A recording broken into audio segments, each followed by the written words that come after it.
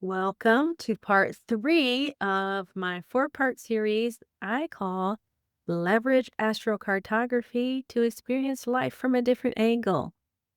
It's a series where we get to explore the game-changing process of finding out where in the world are the best places for you to thrive. We do that by relocating certain planets to one of the four angular houses of the zodiacal wheel, hence the title, Live Life from a Different Angle. This episode in the series focuses on the seventh house of one-on-one relationships, partnerships, contracts, and marriage. And one-on-one relationships can include business partnerships. If I've captured your interest, stay tuned. Short recap. Part one of the series focused on strategically relocating planets to the first house to be a more active person in your life and be more active in getting what you want out of life. Part two of the series focused on relocating certain planets to the fourth house of home, family, and ancestry to experience or explore how you might feel at home in a certain location or to find where in the world you might feel at home. If you watched either of those parts in the series, comment with the star emoji. If you didn't watch them or you will, comment with a popcorn emoji. So the seventh house is opposite the first house. In part one of the series, we explored the first house, where one might be more active and outgoing and getting what they want, depending on the planets in that first house. The seventh house being the opposite of the first house, I wouldn't say that one would be more passive, but one would experience life in a receptive way with regard to relationships and meeting people. Because when planets are in that house of other people, you simply encounter people without necessarily trying. But if a client wanted to consult me for the purpose of finding love or finding their next partner or their next spouse, I would start by saying, first, there's no perfect place in the world. And second, there's no perfect person in the world. Everybody has their pros and cons, and it's important to keep that in mind. And then the next thing I would talk about would be timing, because timing is important. For example, there's a certain time to plant citrus fruits. And in order for the likelihood of that tree producing fruit, you want to plant at a certain time. Now, this part in the series might be a bit more nuanced. And in order to not lose you, I'm going to incorporate an example for you to understand how I would help this client who consulted me if they wanted to find where in the world is their person. Something to keep in mind before I start sharing my screen is that this is in no way dating advice. This is in no way advice. I'm only offering a strategic approach to being in a place or using timing to be more likely to meet more people. Because what I can't do is find your person, but what I can do is help you find where in the world you might be likely to meet more people for the purpose of sparking a long-term relationship or partnership or contract. May not necessarily be long-term. I can help you find where in the world you might experience connecting with people. So with that, I will share my screen.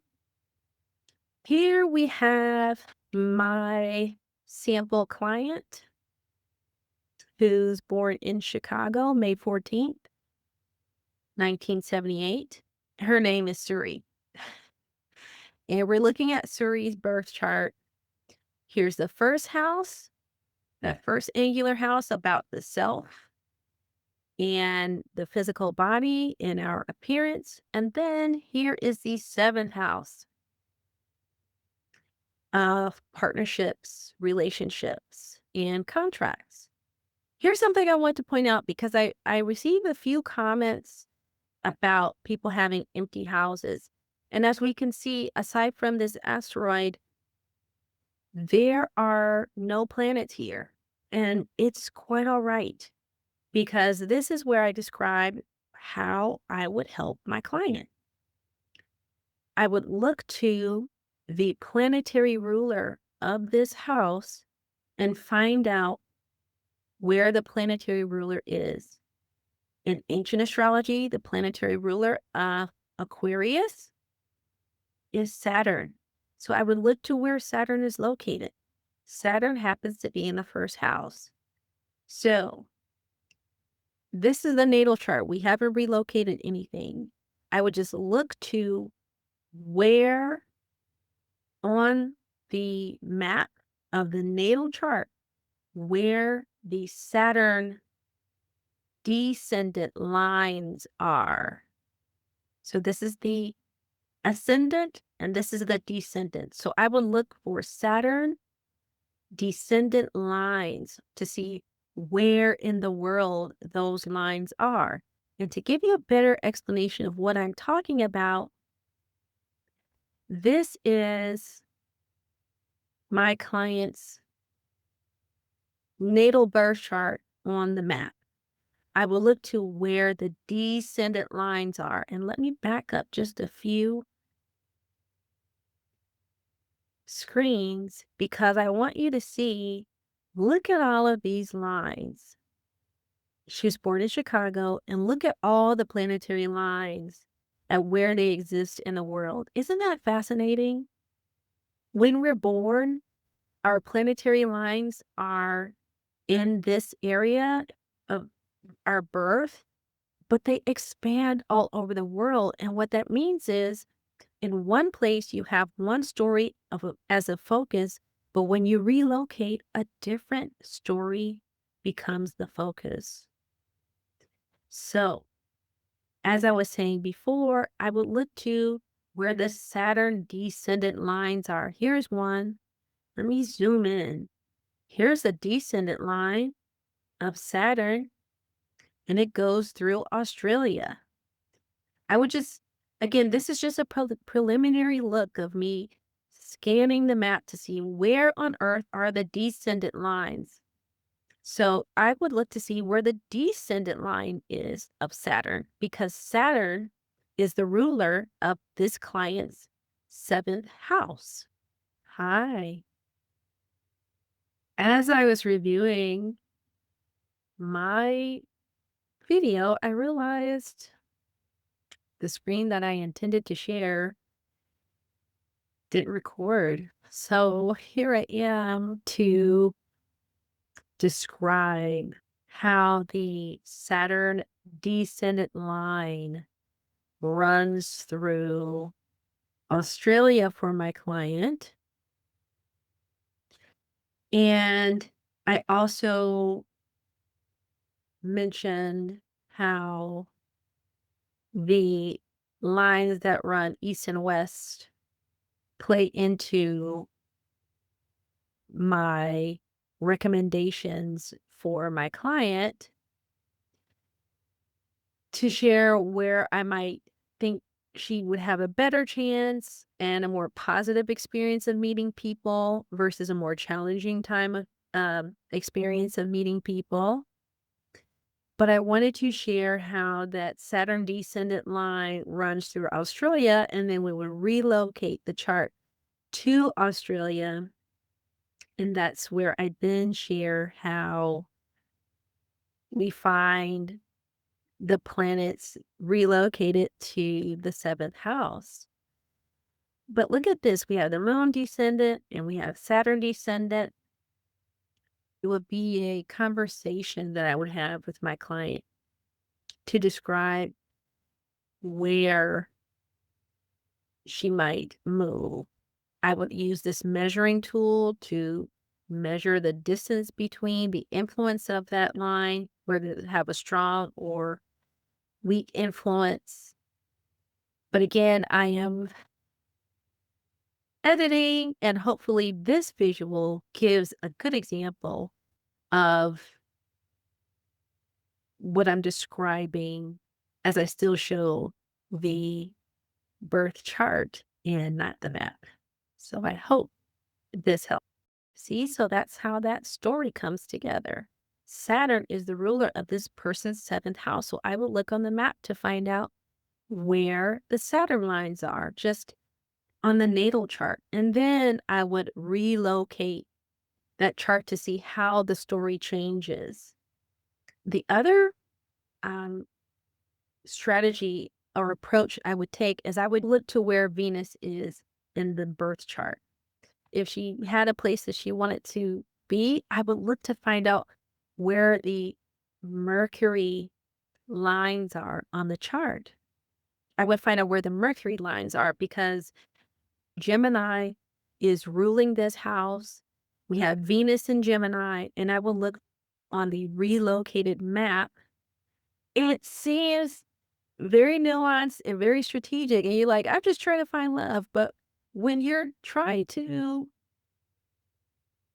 get something that you want, sometimes you got to be strategic about it. And I think this is a powerful tool to use to increase the likelihood of getting what you want. This person was, regardless of the fact that this person's sun is above the horizon, that means Jupiter is their most supportive planet. I would look to the lines for both Jupiter and Venus on the relocated birth map. So we'll locate to Perth. Yeah, Perth, Australia. Okay. We'll apply it and see how that looks. Look at that. We've relocated both the moon, Mars, and Saturn to the seventh house. Here's how I would interpret that. This person might meet an older, influential male. This person might be inclined to have emotional connections with an older male in Australia. And we haven't looked at the aspects yet, but what I can say is that it looks like based on the degree, we have Saturn making a positive connection to Mercury in the third house. So they may have fun communications. They may communicate in a fun way. They may communicate in a way that's inspiring, of like childlike nicknames or something to that effect. We also see a square of the IC. So there could be some challenges at home versus relationships. So that's where I mean the pros and cons to exploring. Like, you move for a particular reason, but I will lay out, here are the pros, here are the cons. You may have great communication with this person, but there may be a challenge of you being at home and then being in your relationship. We haven't explored the nature of the challenge, but that is, before I lose you, okay, I want to keep your attention, but I just want you to see how intriguing this is. And this would be a conversation that I'd be having with my client to say, here's how I interpret this. I would take more time though to think about what I want to say and provide my own interpretation and write it down before I have a conversation. So this on the fly example is just something that I wanted to share for demonstration purposes. So I want to know if you're still with me, give this video a thumbs up. Let me know, how did you like that demonstration? What did you like best?